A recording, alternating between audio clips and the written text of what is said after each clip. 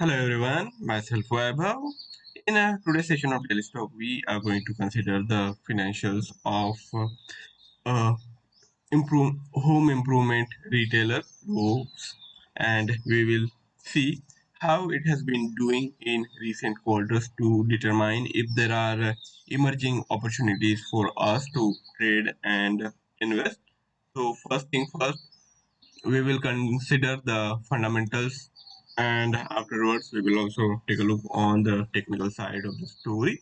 So we have a comprehensive view of the developments for the Lowe's Companies Inc.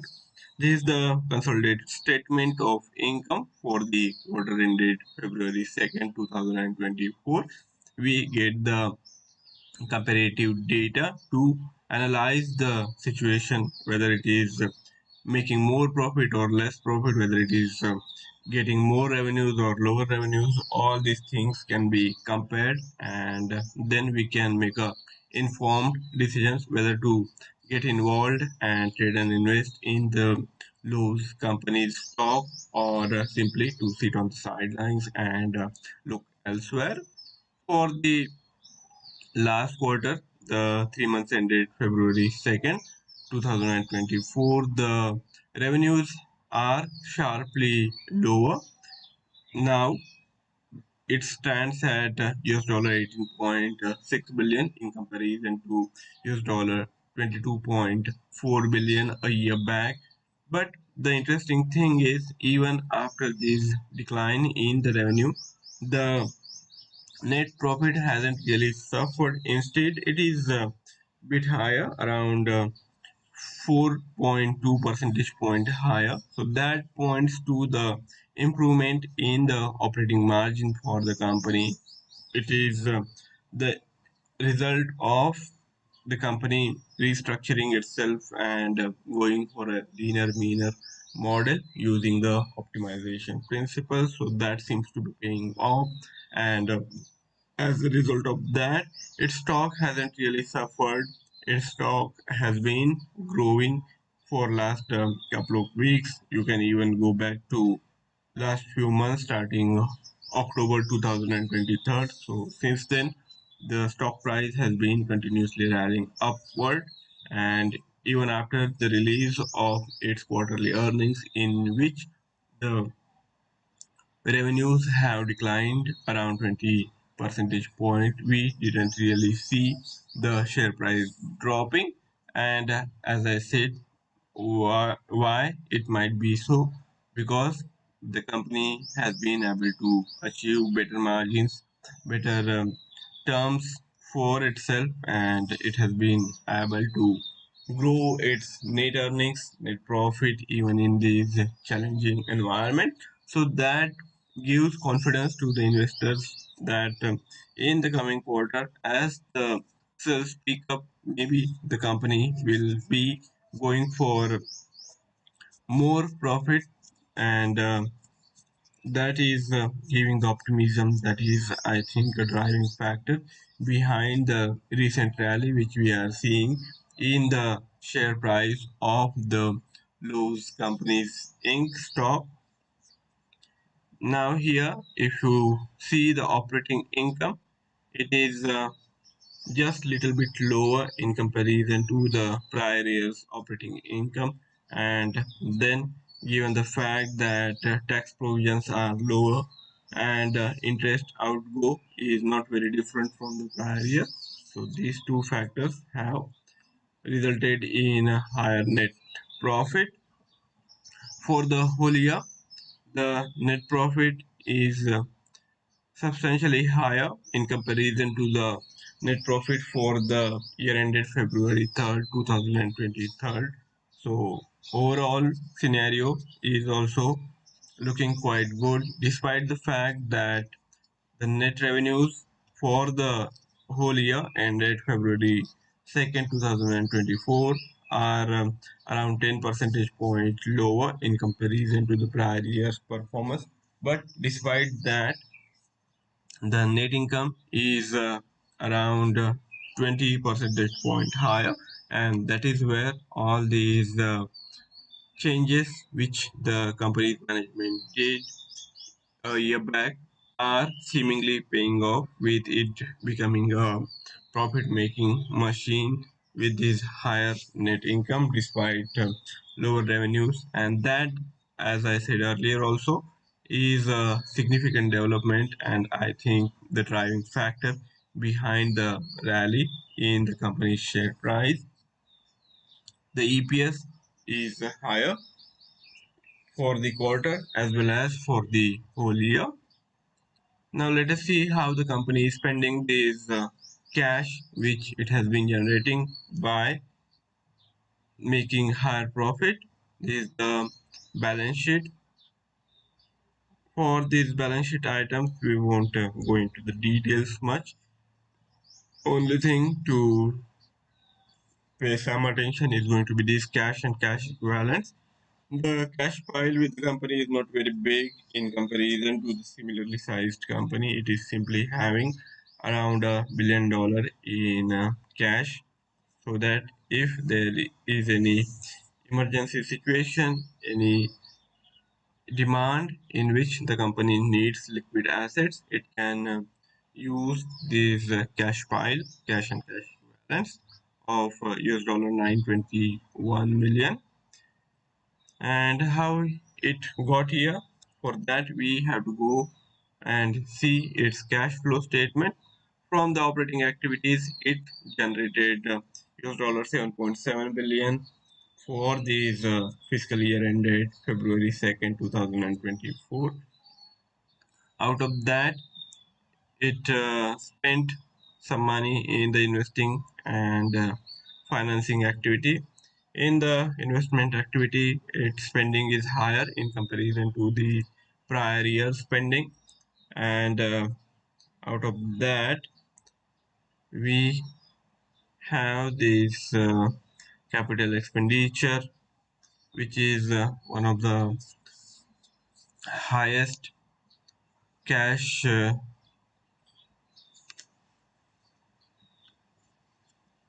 required subhead, and the investments, purchase of investments are also higher.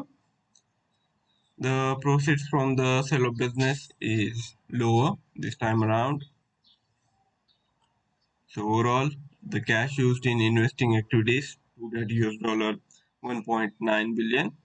Then comes the cash flow from the financing activities head, and in it you can see that this time around the repurchase of common stock is of lower value.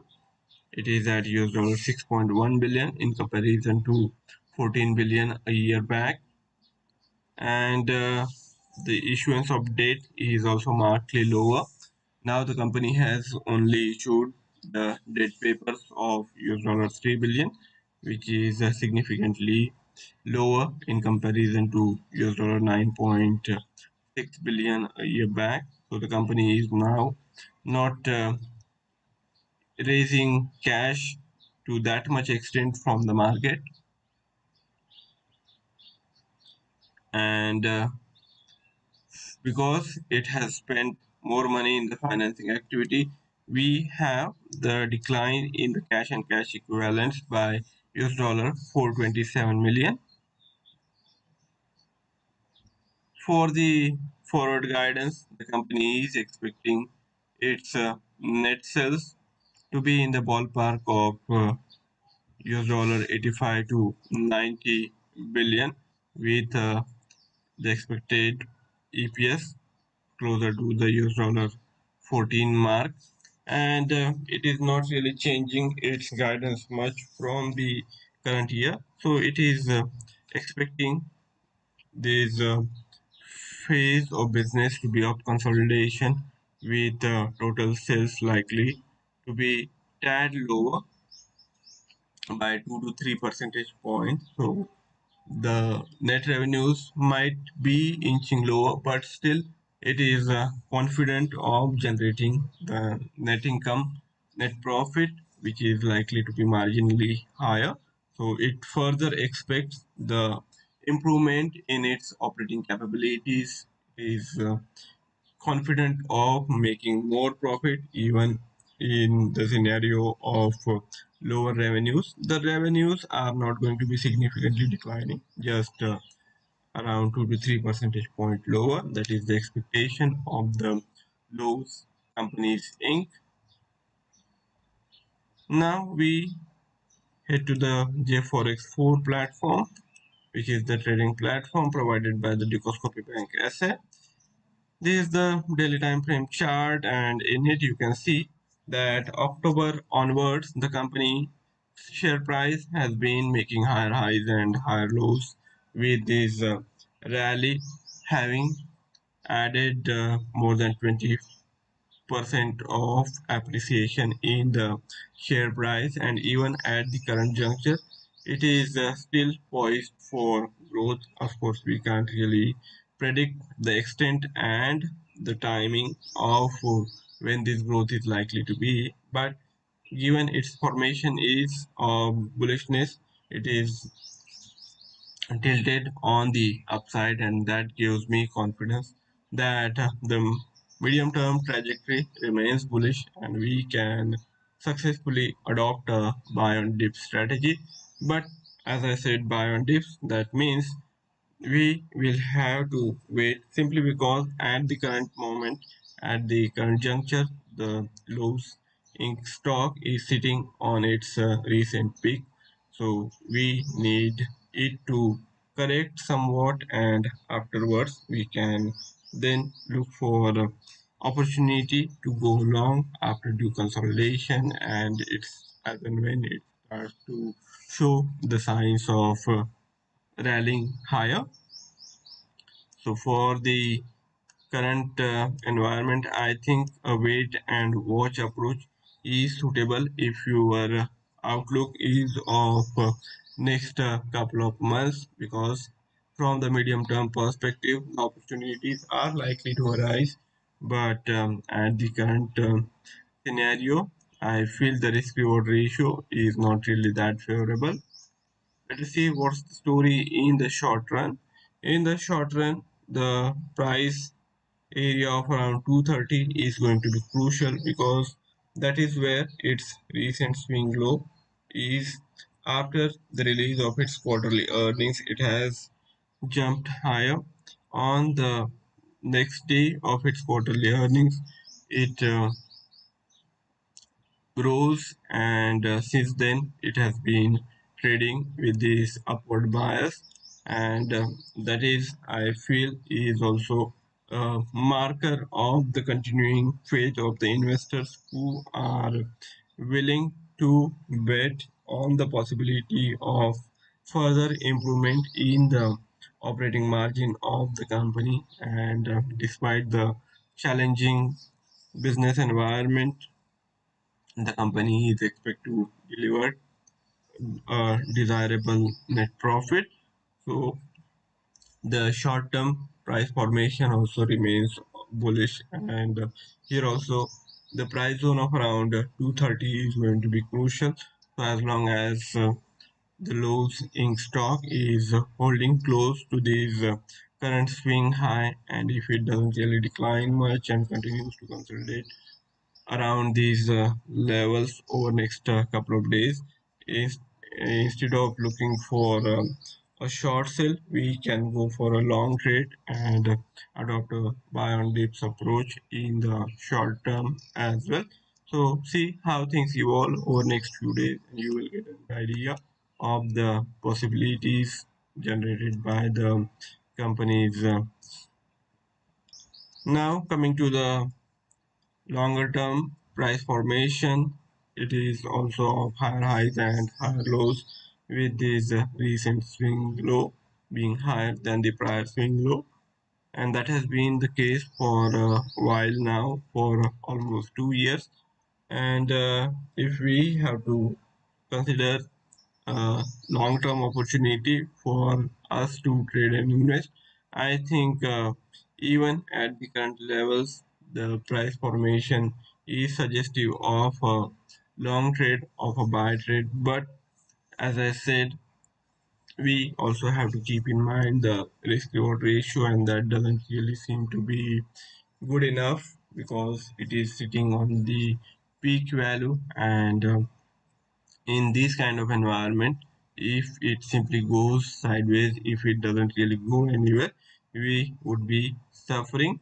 So instead of going for the new trade at the current levels, I would be willing to wait a while, and maybe better opportunities will come our way in due course of time. So my assessment of the longer term price formation is of bullishness, but then the question is when to buy, and for that I would suggest buy on dips approach. So wait for further correction and consolidation afterwards, and you will get a quite a good risk reward ratio with expected profit to be much larger than what it might be if you go straight away. Now that's all for my side. If you have any query or any idea to share, do write to me in the feedback and I would be more than happy to take the discussion forward. If you have found the information useful for your trading and investing purposes, do like and subscribe to the channel, and you will find equally interesting stuff and webinars and streams hosted by different technical analysts on this Dukascopy Academy. Thank you all for joining in. See you next time around with equally interesting companies' financial statements to look at. Goodbye.